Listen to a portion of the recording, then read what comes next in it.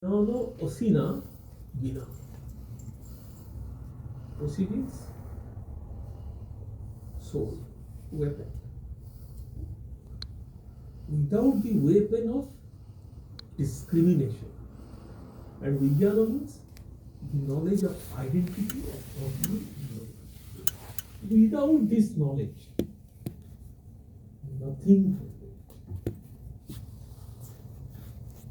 Neither scripture nor books. You are well versed in scripture.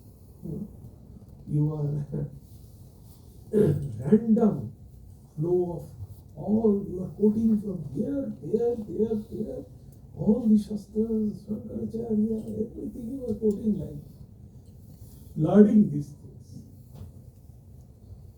But what Sri Ramakrishna says, the kite soars very high, but their vision, they are always searching some filthy things in the carcass.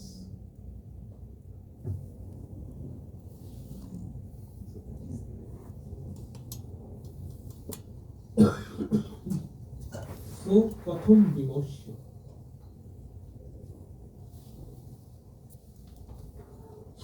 This bondage of non-self, this bondage can be destroyed neither by weapons, nor by wind, nor by fire, nor by millions acts, by nothing except the wonderful sword of knowledge that comes from discrimination, sharpened by the grace of Lord. Here they actually, the translator, he gave a little bit, soft tune that by. So last word is Siteno Manjuna. So Siteno Manjuna means, Siteno means sharp, sharpen, sword. And Manjuna means sophisticated. So this Manjuna word in this book, the writer gave a soft tune that by the grace of God. So this is the way to get out. Neither pilgrimage, nor meditation, nor prayer, nothing else. The object of all our spiritual disciplines is to have this knowledge of identity between self and Brahman, the Absolute, is oneness of existence. That is the goal of everything. What Sri Ramakrishna says, shall we not do then? Prayer, study the scripture, or pilgrimage? Shall we not do that? Yes. Why shall we do that? Sri Ramakrishna says, that is the way of tiring our wings. The story, the bird is on the mast.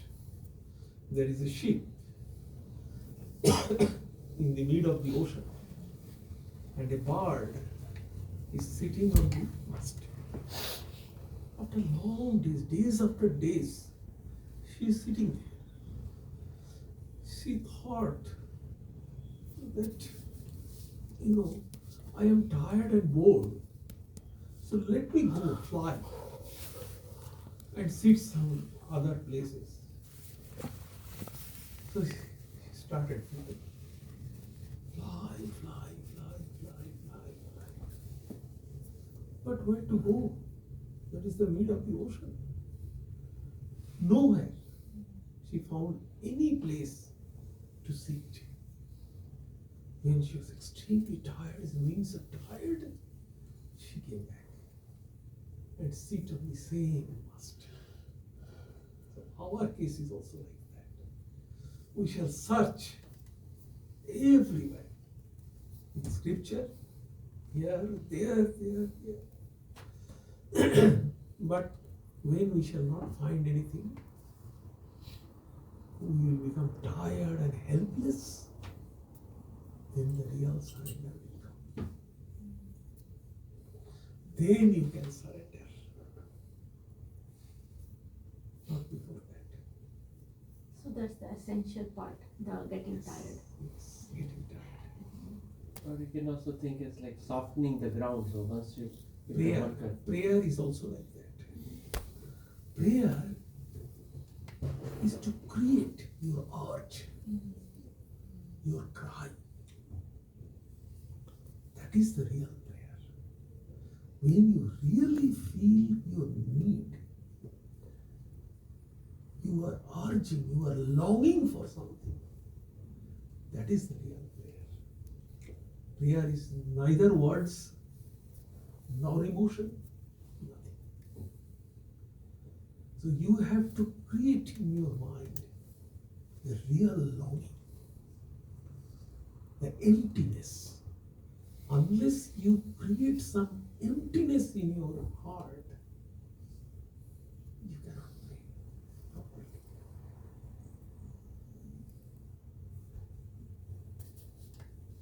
When you feel that you are separated, you are helpless, then real prayer will come.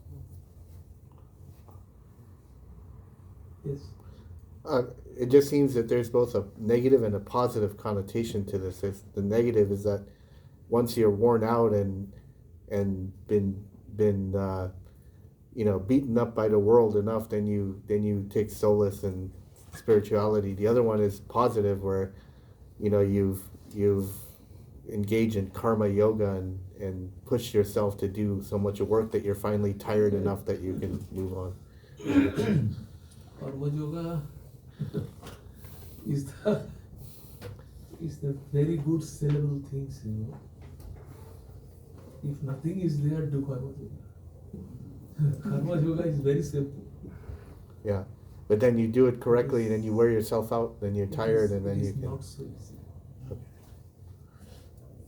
In Bhagavad Gita, Sri Krishna spent 6 chapters to explain Karma Yoga. Yeah. Not 1 to 6 chapters. Yes. You can imagine from there what is the depth of Karma Yoga. Yeah, I was just commenting on being tired from. Anybody, any question from online? No, Swami. Thank you. Yes, Maharaj. Please.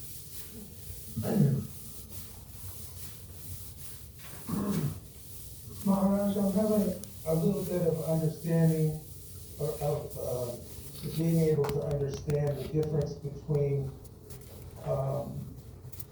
this is with reference to verse 146 and 147. The veiling power and what is it? No, I'm sorry, 143 and 144, the 2 powers that beguile man, the veiling and the projecting powers, avarana and the Avarana and Vikshepa, yes. Yeah. So he gives 2 metaphors or 2 examples. One is the layers of clouds generated by the sun's rays covering the sun. Yes. I understand that as veiling the Atman for the self. In the other example, in 143, he talks about a cloudy day when the sun is swallowed up by dense clouds, and violent cold blasts trouble them, so that the Atman is hidden by intense ignorance. Right. Is that what projecting power is this intense ignorance? Yes, the projecting power is the violent wind. Uh-huh. What is the violent wind? The projecting power, what it creates? The projecting power creates our 6 enemies. Kama, Krada, Lobha, Mada, Moha, Matsarya.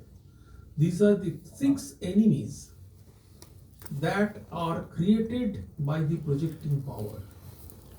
Rajas. So Rajas is connected with our mental modification.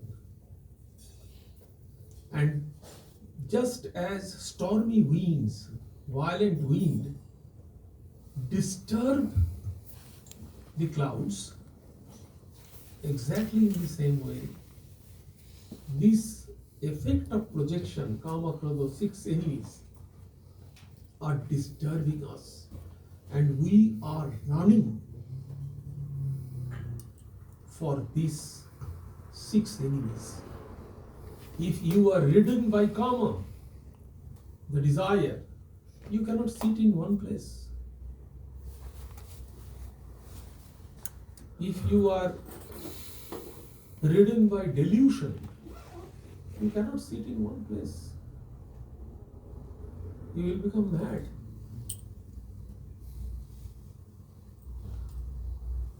So as the violent wind is disturbing the clouds, similarly these 6 enemies out of projecting power are disturbing us.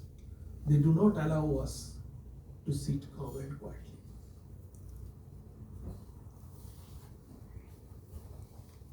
Is it clear, Mark? Yes, Maharaj, I remember you explaining this before, but as I was reading it, a question came up in my mind. Thank you very much. Welcome. Any question? Any Well- question? Yes. I have a question, but not related to today's topic. But if anyone has any questions, I can wait. It looks like. I have one. Okay, let's take. So, like, say I change the point of reference, try to change it from material to self. Rest of the world, or at least part of the world, sees that I am changing from material to self, and they start to impose material gains. Yeah. So, what I mean.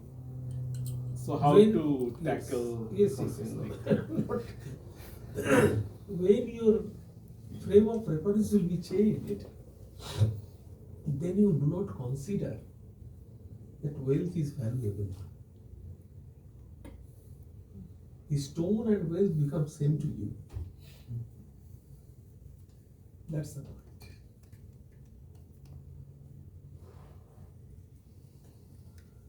Yes, I'm with you. Yes, so in that allegory you mentioned about the tree, the tree was upside down with the No, roots. this is not upside down. Oh, this one is not, okay. Swamiji, on the tree example, in this case, when it's comparing the soul to be a bird on a tree of samsara. Soul means what kind of soul? This is not pure soul. These are the soul which is experiencing happiness and suffering. So now, is Shankara trying to tell us that the samsara has nothing to do with the bird, the tree actually has nothing to do with the bird even. So bird can fly away if it chooses not to. Actually, be this with it. tree is our body and we are the tree. Yeah, but the actual soul within us probably has nothing to do with whatever is going on with the tree either. I mean, is that the intent here? Yes, no. The bird is connected, soul is connected with the tree. Try to understand this bird, what is given here, is the lower bird in Mundaka Upanishad. Mhm. Is the lower bird in Mundaka Upanishad, not the higher bird. I understand, but what is his intent? So lower bird is taking all the fruits and it is suffering and it is becoming happy. If sweet fruit, becoming happy, and sour fruit, becoming sad. So this soul is experiencing the suffering and happiness. But technically, what it also means is that it's choosing to do that, but it's actually not dependent on either the sour or the sweet fruit of the No, tree.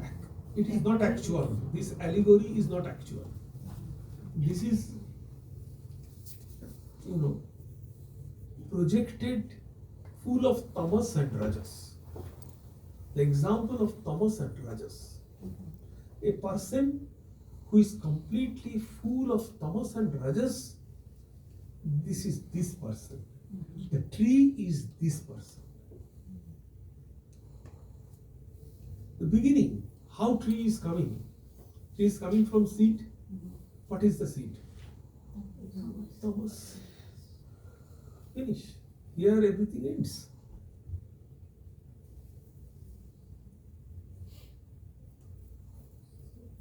Well, so far at least, everything is focusing on the weapon of knowledge. So, can we take it that he's suggesting that the bondage ends through this Jnana Yoga path? Is No, good? no. He has never said it Jnana Yoga or Bhakti. Yet. That, He said the identity, the knowledge of identity between Jivatma and Paramatma. That's it. Viveka Vairagya, isn't it also somewhat more in Viveka Vairagya, in if all you the don't paths, have Viveka Vairagya, basics that can become you do Bhakti Yoga? Impossible. So there is no specific path he's advocating? No. That is, please remember, no specific path is good and bad and better and best. All paths are equally important. But as an experience, this Advaita experience is the highest. This non-dual experience is the highest.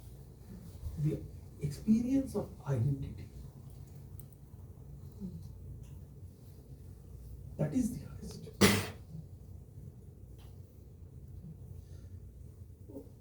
So today is our last class before summer recess.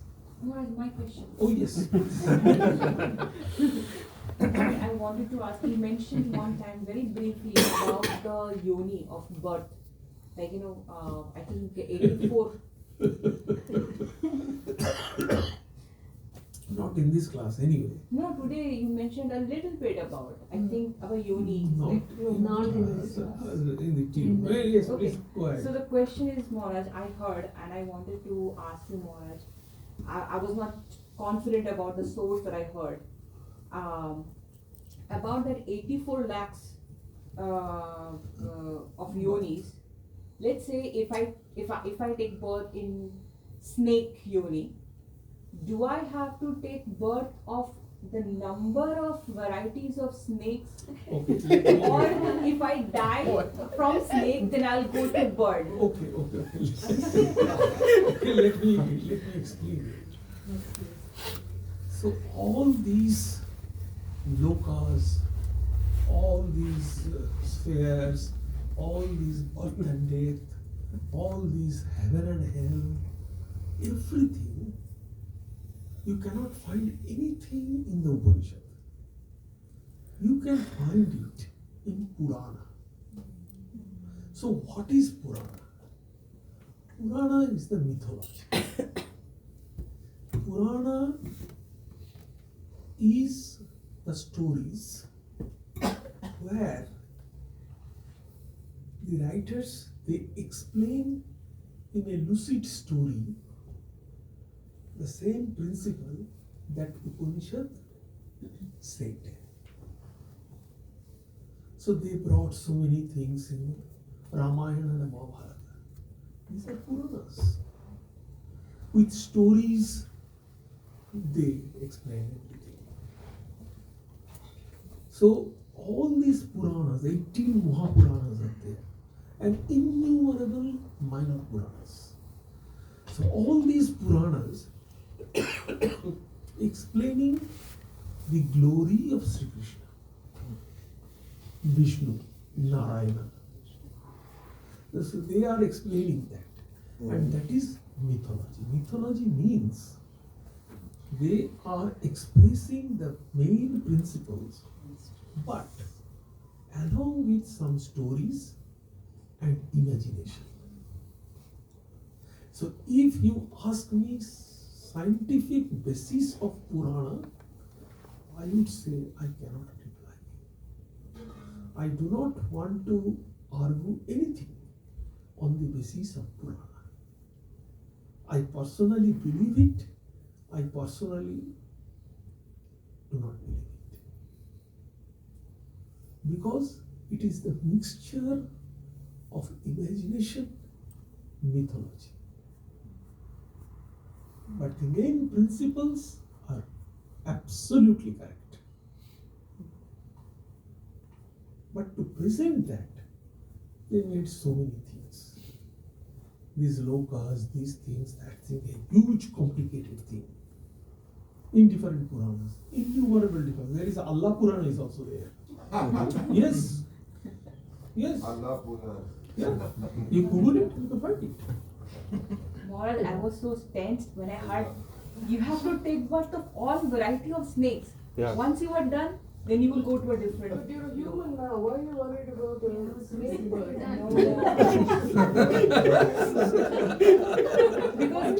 because then I have to take birth of another kind of a human. Another kind of a human. It's the same species. You have a precious birth. Unless you're like an Human Olympic birth gold is the medalist, then best you're like a birth. different species. It's precious because only human being has the, actually in this book, in the beginning, there are innumerable verses where Shankaracharya said, you are blessed because you got the human birth. Yeah, and learn more. Because only human birth has the quality of evolution. You want to be spiritual. You cannot find any animal, any plants, they want to become spiritual. Only human. That's the beauty. So these are Puranas. Well, you can take the basis of that and you can go ahead with it. Okay. Thank you. You will have a, not today, you will have afterwards. You will have a very good summer recess. But our Yogodharana will continue on Wednesday. We shall continue our Yogodharana. When we resume our class, that you can find to our bulletin and website afterwards. But in between, we have lot of things in the pipeline. Recording stopped. So Prasannaji will list up, including meditation workshop in August. Date has not been finalized. Oh.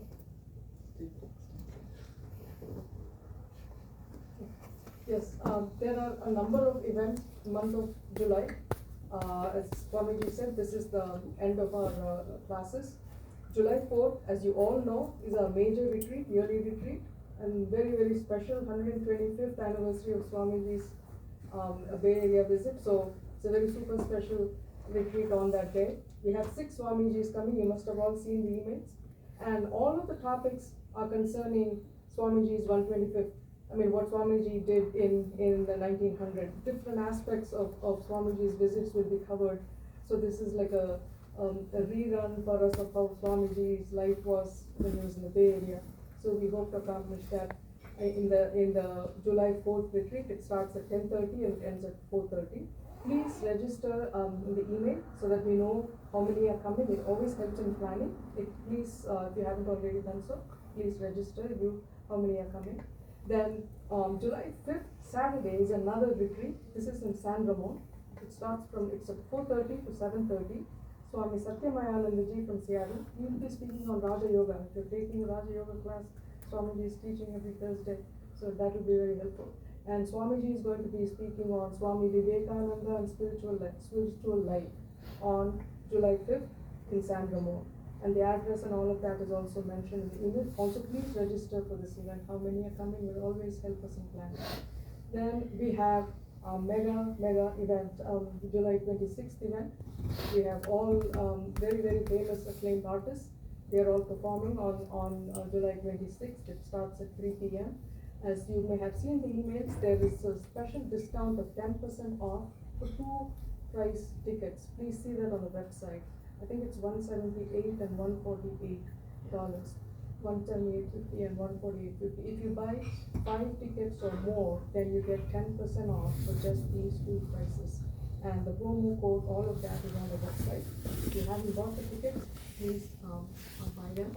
And as Swamiji said, August, and usually we have this, Swamiji gives a 2-day meditation retreat in class in July, but this will be in August this year. Please look for all that information in the email. The Paramatma Prasannam emails that come out, we'll have that. As far as the opening date, as when classes resume, again look for it in the email. I think Swamiji has an event with UCAL Berkeley coming up in fall. That's it's in October. Yes, actually, I can discuss it. Yes. But one thing is very important. When we resume this class, okay, I shall ask you the verse number. Please get ready for that. I shall ask you the verse number,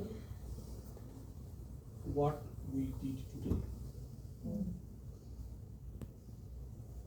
and what is there in the verse. Okay. Katham Vivaksha. I shall ask this. This is open question. Thank you very much. There will be prasad dinner.